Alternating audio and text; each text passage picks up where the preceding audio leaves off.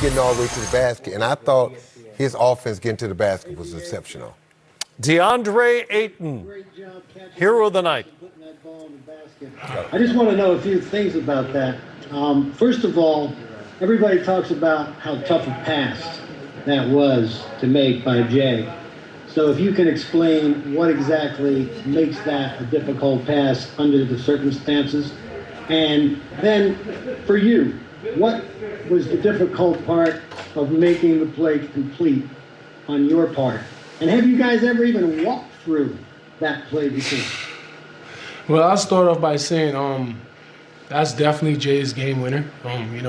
Making a great pass over a 7-footer. Other than that, Coach drew up a great play where, I was in the best position. My teammates trust me and my coaches trust me.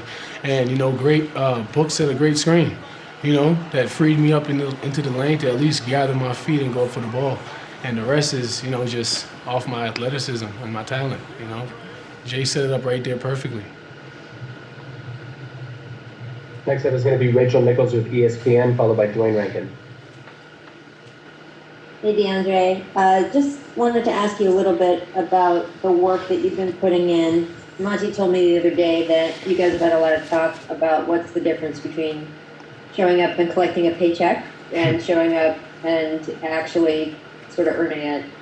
What was that process like for you to make that transition? I can say this, Monty definitely made me a super gym rat. There was times where I wouldn't even come in for on day offs. He is a thing called, smell the gym, touch the ball at least, and he really instilled that in me where I constantly wanted to, just sharpen my screws and just be the best I can be. And knowing the type of level and the type of play style we have to come in, night out, and to be consistent in what I do, I have to be in the gym. And just to see the results now at a high level and where we are right now, I don't want to get out the gym. And that's what he really instilled in me, and I kept it going. Nice game winner. Congrats. Thank you. Next up is going to be Dwayne Rankin with the Arizona Republic, and then Mark Spears. Rankin over here. Best play of your life? Yes. Yeah, the celebration and the reaction was a little shaky because I wasn't too sure what I did. I wasn't too sure if it counted. I didn't want to, be a blooper or none of that. What I'm saying? I just wanted to, just get to the next play or the refs hurry up and, confirm what it is. I was just so anxious. I was really stressed. It was a lot. I'm looking at the fans. I'm looking at the environment. It was a lot, but, that was my best play and, tried to embrace it.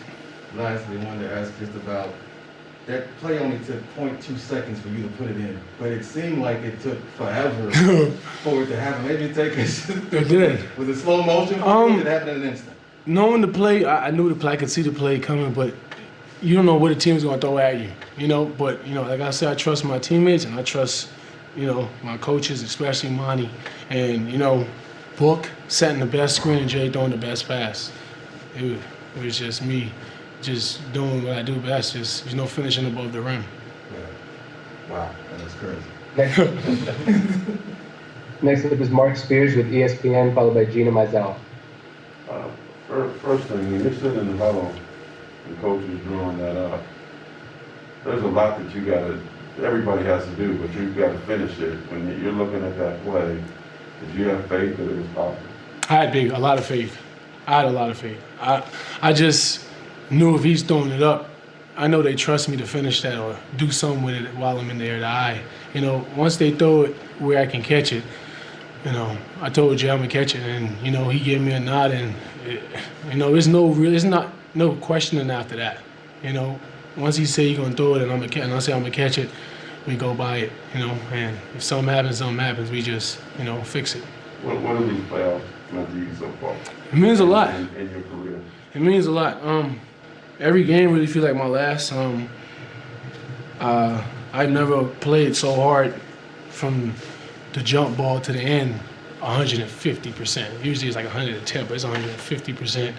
And it's 150% mentally, just the level of focus and the things you have to really pay attention to.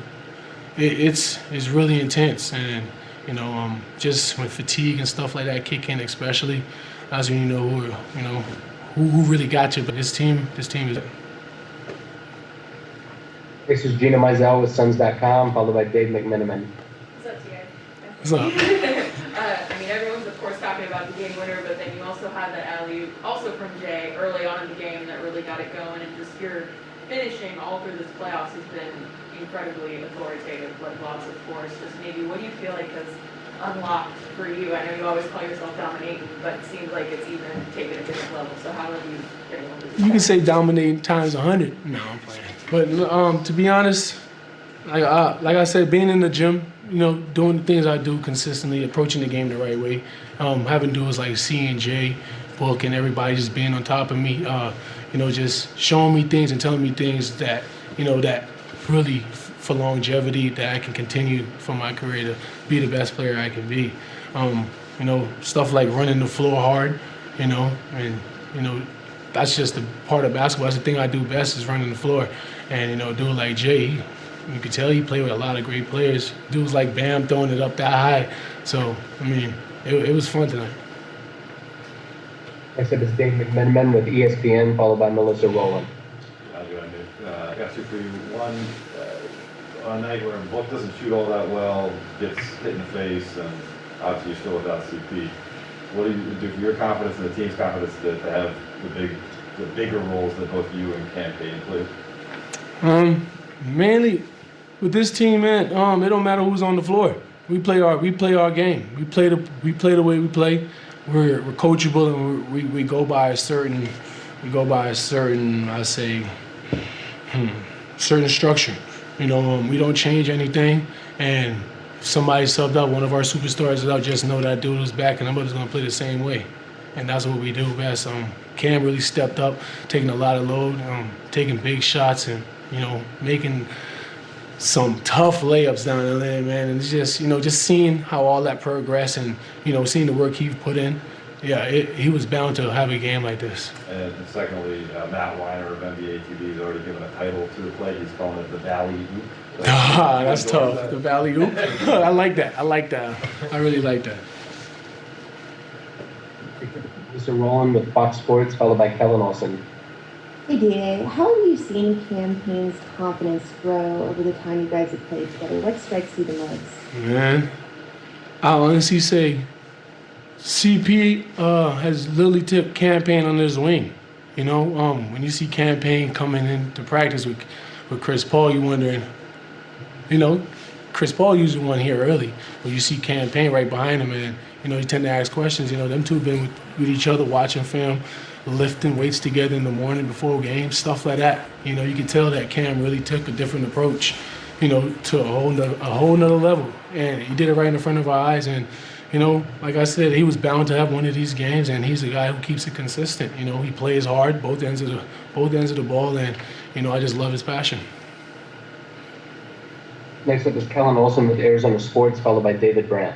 Hey, DA, with the lob, you've caught a whole lot of lobs in your career, so when you come off the screen and you make eye contact with Jay, whatever it is with the lob, how are you feeling about the play when you got around the coach? Did you feel like you were good? How do you read the ball in the air? Can you take me to where you were with your head? Me and Cam spoke. Once I set that first screen for Cam, I tried to set up Zubac to, for Book to have a good angle on him. And I believe once my feet touch the paint where I can go off right, left, 1, 2, not many people are going to be up there with me. So that's where I got confident at. Once I really got that gather and nobody bumped me or, it was up. And, that was it. Next is David Brandt with the Associated Press, followed by Sam Amick. Hey, DA, over here.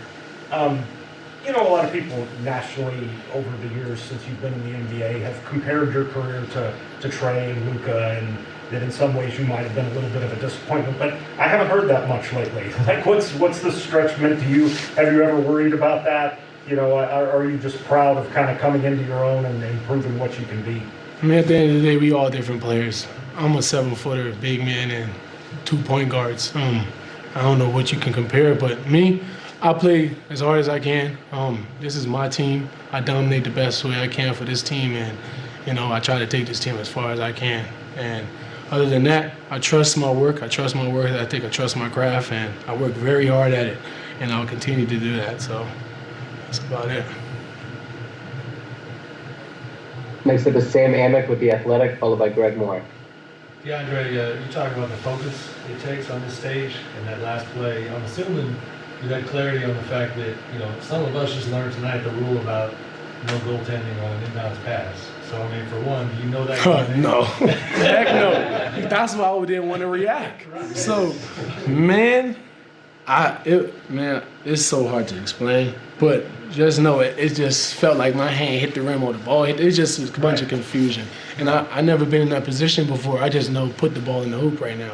And so if you didn't know that, you're worried. I'm worried, but I did what Coach told me to do. You know what I'm saying? So I'm like, no, is it on me? And, Coach looked at me and said, yo, that's the rule. Like, yo, you can, if it's above the cylinder, you can finish that play. And I wasn't too sure if he was right because the other coaches is pulling him aside saying like, yo, we got a couple more seconds left. And I'm like, I'm just waiting for the officials to really, confirm what this play was or is it done. And, once I heard the crowd reaction, let's play ball. The other part of that, with Book setting that pick, I mean, he's Yeah. the number one option as a scorer, superstar. Sacrifice. With a busted nose taking on 2 balls. Sacrifice. Big sacrifice. That's what this team is about. It's big sacrifice. It don't matter. You don't know who's going to drop 30. You don't know who's going to hit the game winner. That's how this team is. We play for each other, and the key thing we do is togetherness. We try not to break that, We get in our huddle, we get on each other, and we say what we have to say, and, we get back out there and play for each other. That's about it. Got time for 3 more. Next up is going to be Greg Moore with the Arizona Republic, followed by Dwayne Rankin. DeAndre, great game, man. 12 of 15 shoots, just great game. Greg Moore, Arizona Republic. I'm glad that the screen came up. I want to ask about how strong is Zubac, because I'm thinking about Devin getting in there to set that pick. It'd be one thing if he was setting a screen on a guard or a forward. He's setting a screen on a footer. Like, how strong is that guy that you're going against? Man, Zubac is pretty strong. Like Steven Adams, every center, he is a pretty strong dude and a big dude as well. That's why I give so much props to Book to really set a good screen on a guy like himself, a paint protector, and just really find a good angle on him to free me up. All my respect go out to Book and Jay for that play as well. Final 2 questions are going to be Dwayne Rankin with the Arizona Republic and Christos Saltis. Just had a quick follow. When would you tell your son about this game? I got the jersey. I got the jersey from him so I can remember, to give him that. So, I mean, there's a lot. I think that was the first thing I said, I want to give this jersey to him. Maybe some people might say I ain't did nothing or I ain't won nothing, but that one meant something to me, Right. So, stuff like that. Just keeping little things close to me like that. Put it in the crib, too. Yeah, put it somewhere for him to, mess with a little bit. Final question is Christos Saltis from Greece. Hey, Jay, great game. Congratulations on the win. You are 2 wins away from the NBA Finals. How you handle that situation, and what is your mindset going to the LA for Game 3 and Game 4? It's going to get harder. Them dudes is going to come out even stronger, more physicality, and they're going to attack us. And, we just got to be prepared, for anything. And, one thing we just mainly have to do is play our basketball. Once we do that, we'll be fine, play our pace. And the main thing is our defense. Once we stay focused on the defensive end, the offensive, we'll work on the offensive end. The offense will come. Appreciate you, DA. Thank you for the time. Thank you, guys. Deandre Ayton enjoying the limelight for the moment. 20 points, 10 rebounds, 65% field goal percentage shooting, I should say, by Suns player in a single playoffs. He now has 1 more than our guy Charles Barkley back in 1993. That Suns team reached the